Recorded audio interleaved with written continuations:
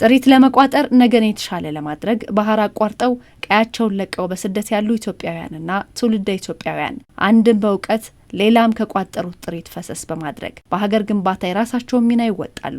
የኢትዮጵያ ዲያስፖራ ማህበር ስራ አስፈጻሚ አብርሃም ጥላሁን ሀገርን በምጣኔ ሀብት የተሻለች ለማድረግ የራሱን ሚና ለመወጣት እየሰራ ነው። ምን ያሁን የተሰማራው በማኑፋክቸሪንግ ነው። በተለያየ ማኑፋክቸሪንግ ነው የተሰማራው። አሁን ደግሞ በቅርቡ ውስኪ ኢንተርናሽናል ስታንዳርድ ኤክስፖርት ለማድረግ ፋብሪካውን ጨርሰን ምርት ለማምረት ላይሰንሱን የነገርኩሽን ላይ ጀስት ብቃት ማረጋገጫ ብቻ ነው የምንጠብቅ እንጂ ያን ካገኘን በኋላ ለሀገር ውስጥም 30% እናቀርባለን። ይሄ ምንድነው ኢምፖርት ሰብስቲቲዩቱን ከበር ያደርጋል። ኤክስፖርት ደግሞ አድርገን የውጭ ሀድ ከረንሲ እናመጣለን ማለት ነው። ከጥቂት ጊዜያት ወዲህ ዲያስፖራው ወደ ሀገሩ መጥቶ ኢንቨስት ለማድረግ በወደደ ጊዜ መንገዱ ቀና ሆኖ ይጠብቀዋል። አሁን በተሻለ አቅም ኤምባሲዎቻችን፣ ሚስዮኖቻችን በተለይ በአረብ ሀገር ያሉ እህቶችና ወንድሞቻችን ላይ ዩሮፕ ላይ፣ አሜሪካ፣ ካናዳ ላይ፣ ሳውዝ አፍሪካ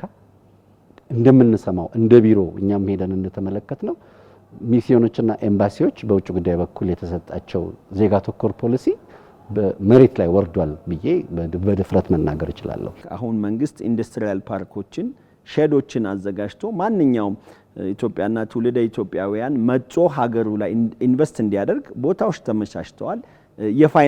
የፋይናንስ አቅርቦት በባንክ በኩል እሱም ተመቻችቷል።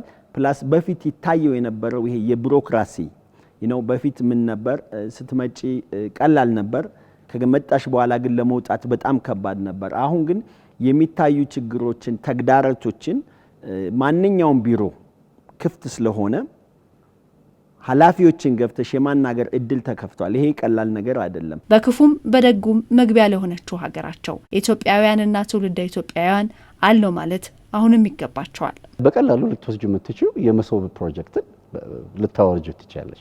ዛሬ ኢንቨስትመንት ፈቃድሽን፣ የሎ ካርድሽን፣ በርዝ ሰርቲፊኬትሽን ወይ ፓስፖርትሽን ካለምንም ጉቦ ካለምንም ውጣ ውረድ በ3 ቀን በ4 ቀን ከፈለግሽ ኔክስት ዴይ ሰርቪስ ከፍለሽ ዜግነት የሚገባሽን ቴክኖሎጂንና እውቀትን በመጠቀም ፋይዳ ኦብቪየስሊ ፋይዳ እነዚህ ነገሮች አሉ። ያለን አንድ ሀገር ስለሆነ ይሄ ለመንግስት ብቻ የሚታው ጉዳይ ስላልሆነ መጣው ሀገራቸው ላይ ዲያስፖራውና ትውልደ ኢትዮጵያውያኑ ሀገሩ ላይ መጥቶ ኢንቨስት እንዲያደርግ እኔ ጥሪ አቀርባለሁ።